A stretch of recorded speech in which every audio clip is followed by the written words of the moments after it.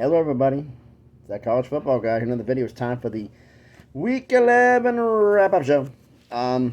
We got games we're doing reviews of. The APE Top 25. Gives me the predictions on from Saturday and throughout the week. The Wednesday and Friday games were mainly for subscriber schools. That had those games as well as everything under previews for Saturday. I'll be making a video releasing it right after this one. Lights suck right now. This what it is. About the coaching carousel, because we have a bunch of coaches that have been fired.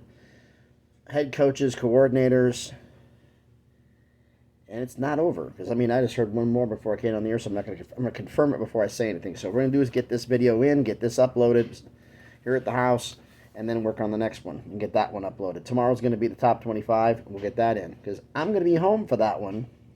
Took a vacation day because... got the exterminator coming, and my wife's going to be at work. She's going to work a double shift, and I got the guy coming in who's supposed to be fixing the dryer, which went out of commission, and it's still not heating. I had to wait 3 weeks, 4 weeks for the part to show up, the heating element to show up so I can get the dryer fixed. So I got to sit here and make sure he shows up and get on it and pay the money to get that fixed, because apparently the parts stores in town didn't have the parts. I couldn't order it to install it. They had to go through the dealership, through a manufacturer, and they only do it through certified dealers, so way it goes. Anyway, we're going to do this on with the good and the bad for each of the teams we're getting involved here. We had 2 cases of ugly. Second place on the ugly list and first place on the ugly list were teams that lost and looked exceptionally bad. And yeah, they're one of the 2. I'm not going to lie. They played absolutely horrible against Missouri. So let's get into this. Subscriber School Toledo against Eastern Michigan on Wednesday. Toledo won 49-23. The good, passing game. Over 400 yards passing. That was the good. The bad, though, unfortunately, the rush defense. That's the reason Eastern Michigan was getting their points, basically. So that's got to improve for Toledo, but that's a good thing for them, so congratulations to them on a good win. Friday games, we had 2 subscriber schools. North Texas faced SMU and unfortunately lost to SMU 45-21. The good, well, the offense wasn't really good or really bad. It was average, so I have to count that as a good. The bad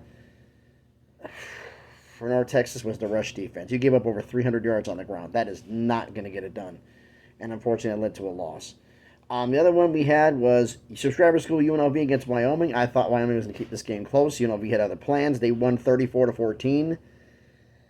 UNLV has not won 8 games in, I think it's 15, 17 years. It's on there. If they possibly finish with double-digit wins, it'll be the quarter of a century since the last time that happened. That's how crazy this is and how odd this is. Barry Odom, head coach of UNLV, he may only be there for 1 season. I got a funny feeling he's going to get offered a Power 5 job, especially with everybody who's getting fired. UNLV wins 34-14. The good, the rushing offense. I'm not going to get into the numbers on it, but they're fantastic, but unfortunately, UNLV got all of its points from rushing. Wyoming got all their points from rushing, too. That's the bad point. Rushing offense was good, rushing defense was horrible. All right, the Saturday games. Number 1, Ohio State against Michigan State. This wasn't a contest. Ohio State won 38-3. The good, the offense played great. They had over 500 yards of total offense. The only bad thing I could find out about Ohio State was the fact that you didn't force any turnovers. And if you're an Ohio State fan, the fact that you gave up points to Michigan State is probably a bad point.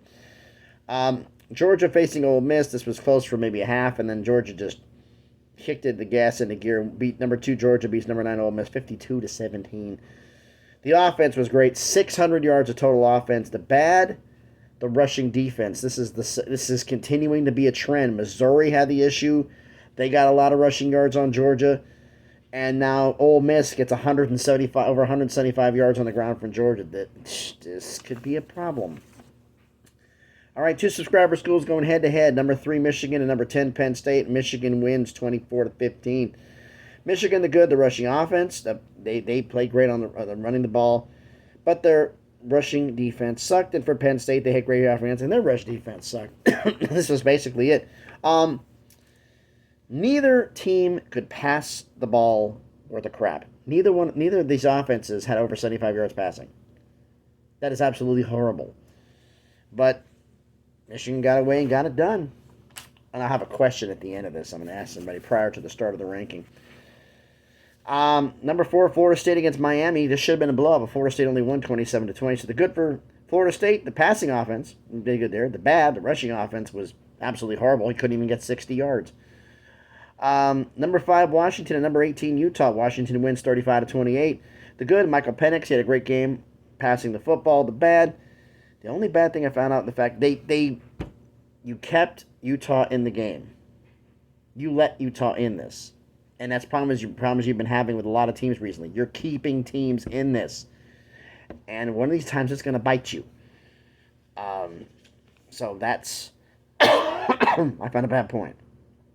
Speaking of keeping teams around, number 6, Oregon against USC, and Oregon wins 36-27. 2 subscribers goes going head-to-head. The good, Bo Nix had a great game, but the pass defense was bad for Oregon, which is not a surprise because Caleb Williams. And Caleb Williams had a great passing game. But their weakness was the fact that they just couldn't stop. Neither pass offense was that good. In fact, the rushing offense for USC was also bad. So it was defenses just couldn't get it done here. And that was the case for that. Number 7, Texas against TCU. Subscribers go Texas. Texas wins. Oh, is it 29-26? Yeesh. I expected Texas to blow these fools out, and they didn't. I was expecting Texas to win by like 20, and it didn't happen that way. I mean, the Texas offense was great. They had over 500 yards offense, but the passing defense just gave up too many damn yards to TCU. That's going to be a problem later on. Alabama, Kentucky. Number 8, Alabama beats Kentucky 49-21. Jeez. The good, Jalen Milroe. Good God. 281 total yards, 6 total touchdowns, rushing and passing. The bad. If Jalen Milroe goes down, can you guys beat a ham sandwich? We talk about teams like Ohio State fans saying without Marvin Harrison Jr., they really can't beat the trash talk rumor going around. If you guys lose Jalen Milroe, you're done.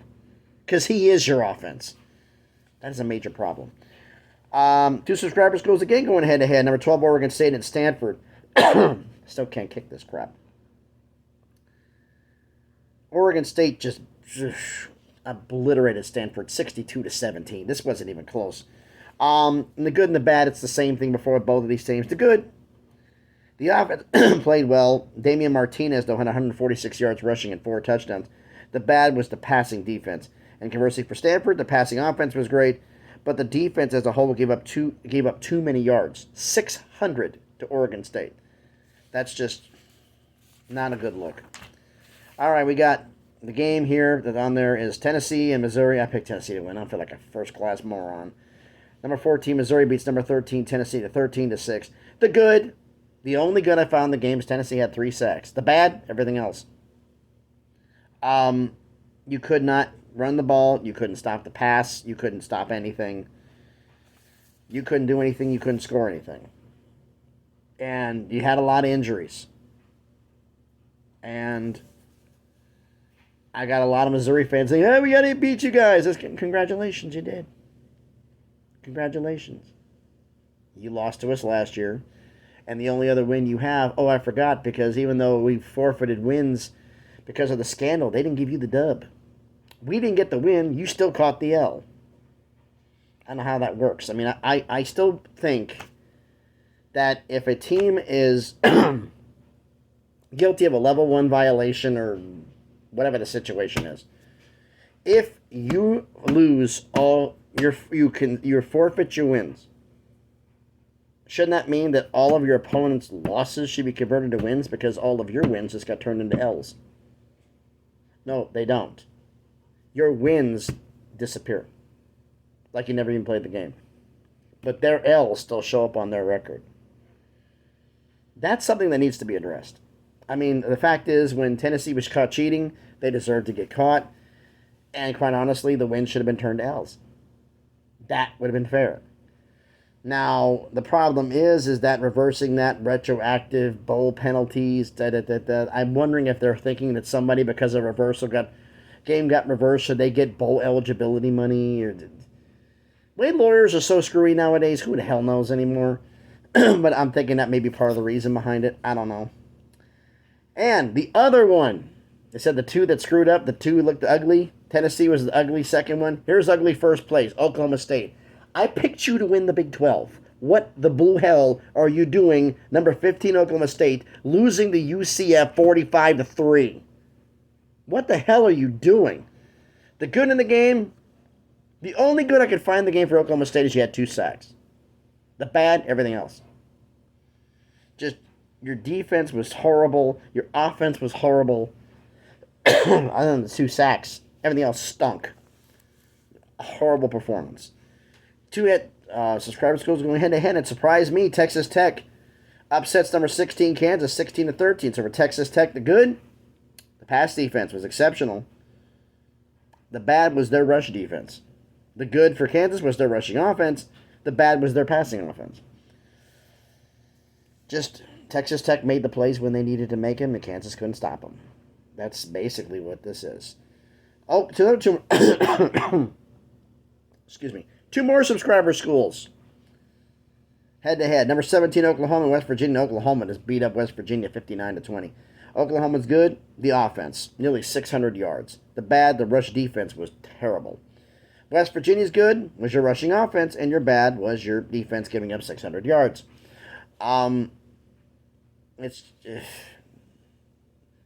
Oklahoma, Dylan Gabriel, and the crew they were just too much. They were just too much. That's just basically it.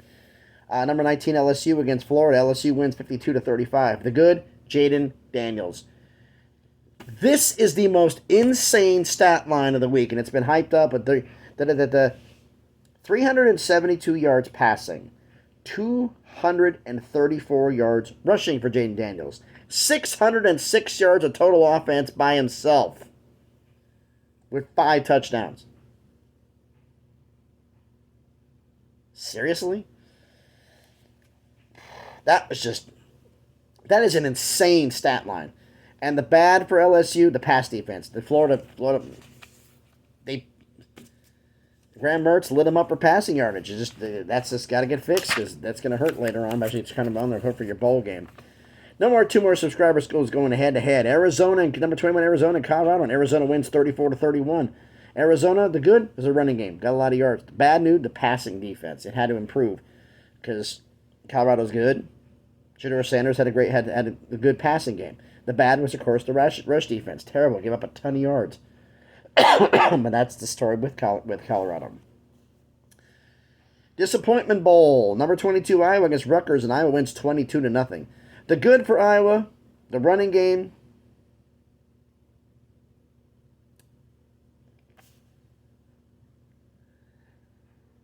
And the defense.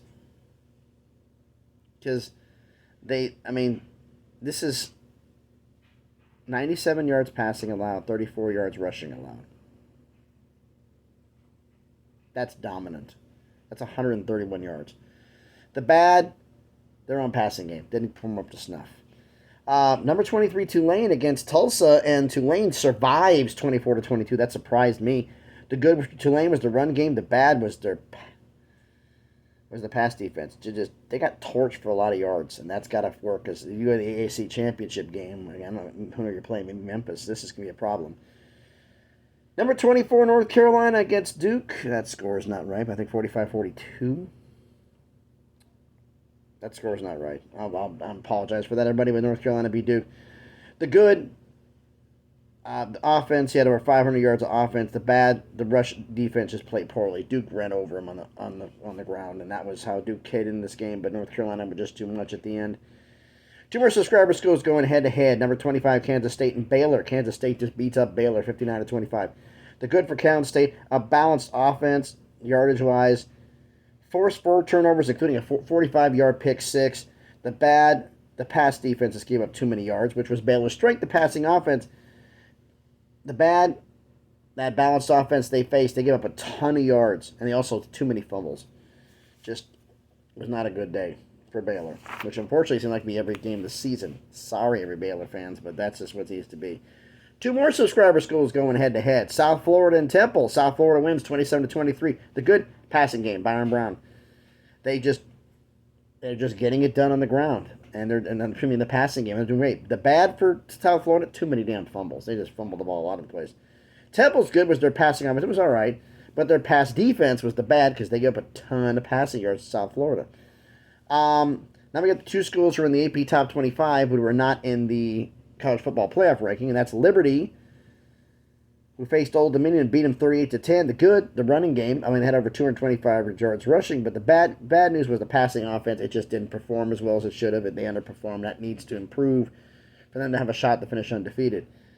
James Madison, speaking of undefeated, beats up on UConn 44-6. How bad is UConn? Tennessee blows them out. They don't score a touchdown. They don't score 7 points. James Madison does the same thing. Just Jordan McLeod of James Madison, 457 yards, 4 touchdowns. Had a phenomenal game. The bad was their rushing offense for James Madison. He had under 50 yards. Yeesh. You got to work on that. Memphis against Charlotte. Memphis subscriber school beat Charlotte 44-38. The good, the passing game. The bad, the one reason Charlotte got in that was the fact that Memphis' rush defense was terrible. That allowed Charlotte to get back and stay in this game, but they made the plays when they needed to, so congrats to Memphis on a good win. Speaking of one that surprised me, Middle Tennessee State, who I thought was going to be a good team in Conference USA, has been a doormat. They've been getting beat up. Subscriber school, sorry, Middle Tennessee State fans. But you beat up on Florida International 40-16, and you had a great passing game, which has been one of your weak points. But you did it. But the bad news in this one with Florida National State in the game was their pass defense. Just gave up too many yards to that one. That's got worked on. 2 more subscriber schools, and I was way wrong on the prediction of this one. I picked Minnesota over Purdue. Purdue said, hold my beer. Purdue beats Minnesota 49-30. Just the good for Purdue, the running game, which is the weak points of Minnesota, the rush defense. Over 350 yards rushing for Purdue.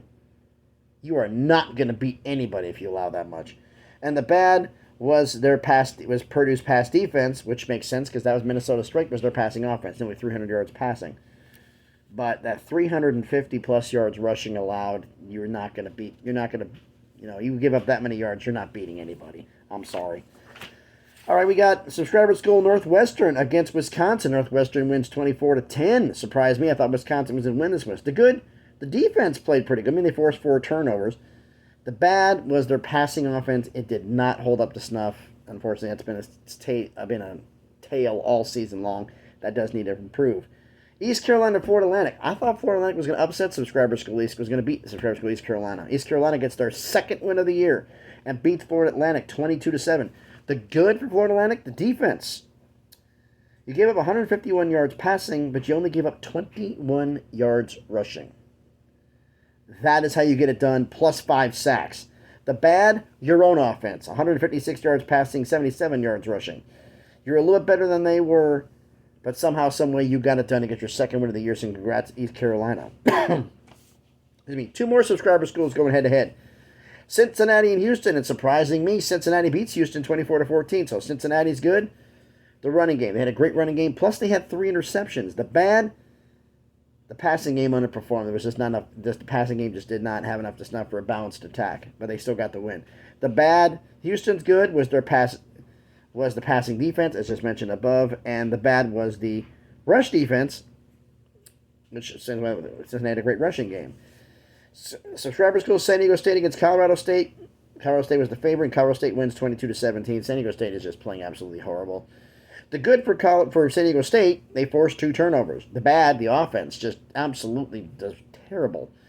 And just not enough to make, nobody making plays at the right time. And that's going to cost you a lot of games. Now, subscriber school, Mississippi State against Texas A&M, and Texas A&M wins 51-10. How do you beat a team by 41 and get fired the next day? I'll get into that in my next video with Jimbo Fisher when I watched everybody saying, we'll be fired, we'll be fired, we'll be fired. And then I see the video of the athletic director from Texas A&M announcing that he had been let go this morning, referring to Jimbo Fisher. Go dig up that silver for that. I've heard anywhere from $72 to $77 million buyout. Have fun with that. I'll do that in my next video. But anyway, so Mississippi State, the good, the passing defense. They only allowed 150 yards. But the bad for Mississippi State was their entire offense. They just couldn't score anything. Texas A&M just shut them down. And no offense, you're not going to get any wins. All right, speaking of one that surprised me, I thought UCLA was going to beat Arizona State. Arizona State beats UCLA 17-7. What the hell? For the good for UCLA, the rushing offense over 175 yards. Bad, the defense. Every single time Arizona State was third down, whatever. Arizona State needed to make a play, and UCLA had to make a play to stop them. UCLA didn't do it. They let Arizona State stick around, and eventually they had the lead. It was just bad coaching on that one for me. Boise State against New Mexico, and Boise State wins 42-14. The running game. I mean, the running game for Boise State had over 200 yards. But the bad,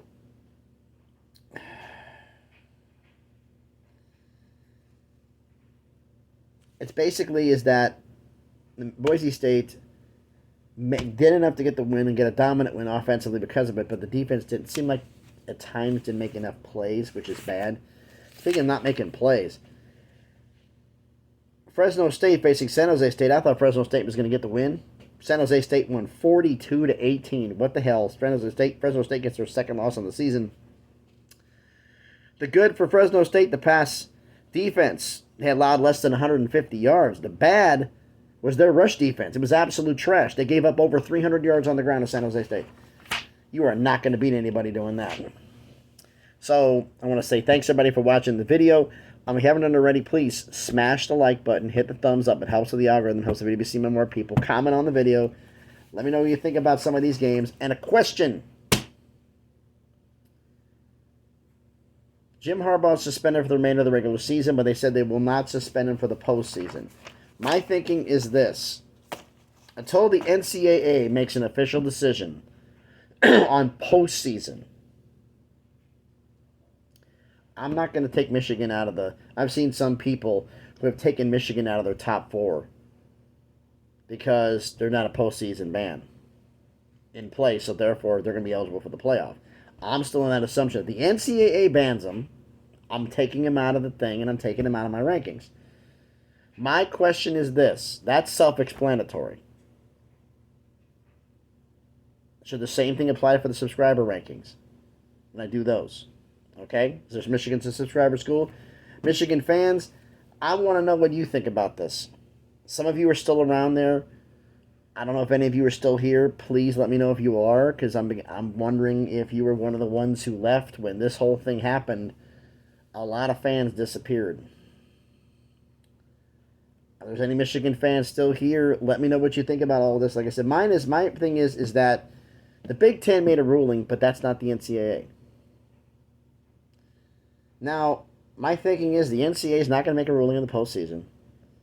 But when it comes down and all of this comes out, the hammer is going to get dropped, and all of these wins you guys get this year, a funny feeling may be going away. And it's not per se what you did this year. It's because of that stupid decision by Jim Harbaugh to tell the NCAA investigator in 2020 to go F themselves. Because forget Connor Stalions. Level 1 violation for interfering with an investigation. You're supposed to not keep your nose clean for 3 years. You have documentation, allegedly, if it's proven, the fact that members of the staff are attending opposing universities. That's an automatic NCAA violation. Forget filming. Attending is a violation, supposedly. I want clarification. But if that is true, forget the filming, forget the Connor Stalions headset bit, forget all that. The sunglasses with the camera and the blue light, forget all that. Those two go back-to-back, and back-to-back investigations with violations. It's automatic lack of institutional control, and all your wins are forfeited. And championships. And like Tennessee, they had to give back bowl money. If you guys are found guilty, you're going to have to give back the college football playoff money. But anyway, thanks everybody for watching the video. Like the video, comment on the video. If you haven't already subscribed to the channel, all the way to 500 subscribers, so I'm going to show you on the way to 1,000, so you can make some things happen. I'm getting too much into this. I'm jumping up for my next video. That's going to be recorded right after I start uploading this one. So thanks everybody for watching. Enjoy your Sunday. Like I said, top 25 tomorrow. Be safe, and please be good to each other.